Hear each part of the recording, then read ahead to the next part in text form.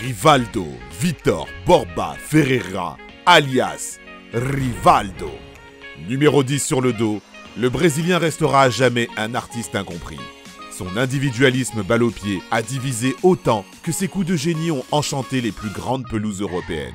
Toujours décisif dans les grands rendez-vous, le chef d'orchestre de la Seleção, à la fin des années 90 et au début des années 2000, aura tout au long de sa carrière souffert d'un manque criant de reconnaissance. Souffert surtout de la comparaison incessante et inévitable avec son homologue Ronaldo. Un homme avec lequel il aura pourtant fait des ravages. Retour en images sur la carrière de Rivaldo, l'histoire d'un génie éternellement sous-coté. Abonne-toi pour avoir le meilleur du foot en vidéo. Parmi les joueurs qui ont absolument tout gagné, ou presque, comment ne pas penser à Rivaldo? Vainqueur de la Copa América 1999, de la Coupe du Monde 2002, ou encore de la Ligue des Champions 2003, le Ballon d'Or 1999 peut légitimement se vanter d'avoir à son actif l'un des plus beaux palmarès du football mondial. Ces différents succès, le Brésilien les doit à lui, et lui seul. Élevé dans l'extrême pauvreté des favelas de Beribe, le football se présente à lui comme la seule opportunité pour échapper à une vie cousue de misère. Et ce, quitte à rater l'école pour aller taper la balle avec ses potes sur la plage en s'imaginant être Zico, ou encore à marcher des dizaines de kilomètres pour aller s'entraîner en club. Mais son amour pour le ballon rond ne suffit pas. Victime de malnutrition, l'adolescent aux jambes arquées est jugé trop maigre par les différents centres de formation du coin. Et si cela n'a pas suffi à faire disparaître de l'esprit de Rivaldo toute volonté de continuer dans le foot, la mort brutale de son père, seul homme à croire qu'il était capable de faire son trou dans le monde professionnel, aurait presque pu porter un coup d'estoc fatal à ses espoirs. Presque oui, car c'est bel et bien de ces différents événements tragiques que Rivaldo tirera sa force de caractère. Formé à Santa Cruz, c'est en 1992 que le Brésilien goûtera à l'élite du football, avec le club de Sao Paulo, Mogi Mirim. Si son talent n'est plus approuvé, ses aptitudes physiques posent encore question. Mais au Corinthians d'abord, puis à Palmeiras, Rivaldo mettra tout le monde d'accord. Son toucher de balle soyeux, ses crochets dévastateurs, ou encore sa frappe de balle aussi précise que surpuissante, impressionnent. Le doute n'est plus permis. Rivaldo fait partie de cette catégorie de joueurs capables de faire gagner un match à lui tout seul. Pourtant, le milieu offensif a encore du chemin à parcourir pour gagner le cœur du public brésilien. À cette époque, le public brésilien n'a Dieu que pour Romario, Bebeto et un certain Ronaldo. Alors que le Nigeria élimine la Seleção lors des JO de 96 suite à une perte de balle du natif de Recife, le bouc émissaire des supporters est déjà tout désigné. Ce sera lui. Pour oublier le traitement injuste de ses compatriotes, Rivaldo décidera de plier bagage, direction l'Espagne et le Deportivo La Corogne. En Galice, seulement quelques semaines lui suffisent pour balayer d'un revers de main l'habituel scepticisme qui lui colle à la peau. Évoluant en pointe pour pallier au départ de Bebeto, son sens du placement et son habileté technique dans la surface de réparation font mouche. Résultat, 21 pions, 3 passes décisives et une 3e place en championnat pour sa première saison en Europe. Pas mal, mais la suite sera encore plus succulente. Le Barça, inquiet du départ de R9 à l'Inter Milan et emballé par le talent de Rivaldo, fait sauter 1 heure avant la fin du mercato estival 97 sa clause libératoire fixée à 24 millions d'euros. Les épaules bien larges, il deviendra dès son arrivée, aux côtés de Luis Figo et Hristo Stoichkov, le maître à jouer des Blaugrana. L'homme par qui passent tous les ballons, le virtuose d'une équipe qui réalisera un triplé Copa del Rey, Liga, Supercoupe d'Europe.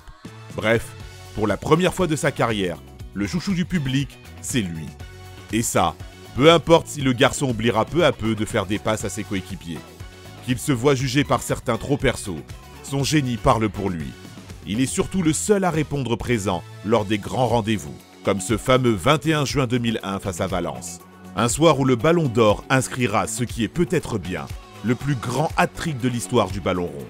Un coup franc somptueux, un missile à 25 mètres et une bicyclette à l'entrée de la surface de réparation venue d'ailleurs permettront aux Catalans de se qualifier lors de l'ultime journée pour la prochaine campagne de Ligue des Champions. Légendaire, comme l'épopée barcelonaise de Rivaldo. Mais si l'homme a beau être l'un des tout meilleurs joueurs du monde entre la fin des années 90 et le début des années 2000, sa reconnaissance au Brésil est toujours au point mort. Peu importe si son mondial en France est plutôt réussi, qu'il arrive en pleine bourre lors de la Copa América 99. Lui qui formera avec Ronaldo une doublette insaisissable. Rivaldo est encore et toujours critiqué. Les Brésiliens lui reprochent son soi-disant manque d'implication avec la Seleção. Pire encore, ils n'hésiteront pas à le prendre en grippe, quitte à le huer lors d'un Brésil-Colombie en marge des qualifications pour la Coupe du Monde 2002. La suite, elle résumera finalement presque toute la carrière de Rivaldo. Grand partisan de la 5e étoile brésilienne, le numéro 10 restera une nouvelle fois dans l'ombre des R9 ou encore Ronaldinho. Parce qu'il n'est pas charismatique, peut-être bien. De nature réservée, le visage souvent fermé, Rivaldo n'incarne pas comme ses compères peuvent le faire cette joie de vivre brésilienne. En réalité, le bonhomme se veut loin de cette démocratisation du foot business. Les publicités promouvant le Joga Bonito, les opérations marketing, non merci. Le gaucher n'a jamais oublié ses racines. Il aurait pourtant pu tomber dans la facilité et peaufiner en un claquement de doigts son image. Lui préférera masquer à coups de feutre les marques de ses crampons. C'est donc loin de ces nouveaux codes du football moderne que Rivaldo signera après le Mondial 2002 au Milan AC. Mais même s'il y soulèvera une nouvelle coupe aux grandes oreilles quelques mois plus tard, son aventure en Lombardie sera loin d'être une réussite. La trentaine passée, le Brésilien accumulera les pépins physiques. Son fameux coup de canne, disparu. Mais Rivaldo est un homme intelligent, conscient que l'apogée de sa carrière est désormais derrière lui et que son entraîneur ne compte pas réellement sur lui dans son système façon sapin de Noël. Le Brésilien fera ses valises pour rejoindre la Grèce et l'Olympiakos. À la manière d'un globe-trotter, il fera escale en Ouzbékistan et en Angola avant de revenir là où tout a commencé, au Brésil. Ou comment boucler la boucle. Alors oui, l'histoire de Rivaldo est le stéréotype par excellence du petit garçon qui sort de la misère grâce au football. Il n'empêche que le crack de Recife a toujours cru contre vents et marées en sa destinée. Tantôt altruiste, tantôt soliste, tantôt meneur de jeu ou 9,5, son registre et sa personnalité ont toujours fait de lui un homme unique. Une figure emblématique du football des années 90 et 2000 qui aura, de par sa classe, fait vibrer les stades du monde entier. Et qu'on le veuille ou non, Rivaldo, lui, le génie incompris, aura inscrit son nom au panthéon du football mondial. Et toi, où situes-tu Rivaldo dans la hiérarchie des plus grands joueurs de l'histoire? Merci d'avoir regardé notre vidéo. Si t'as kiffé, n'hésite pas à parler de notre chaîne autour de toi, d'aimer, de partager. À très vite pour une nouvelle vidéo. Ciao ciao.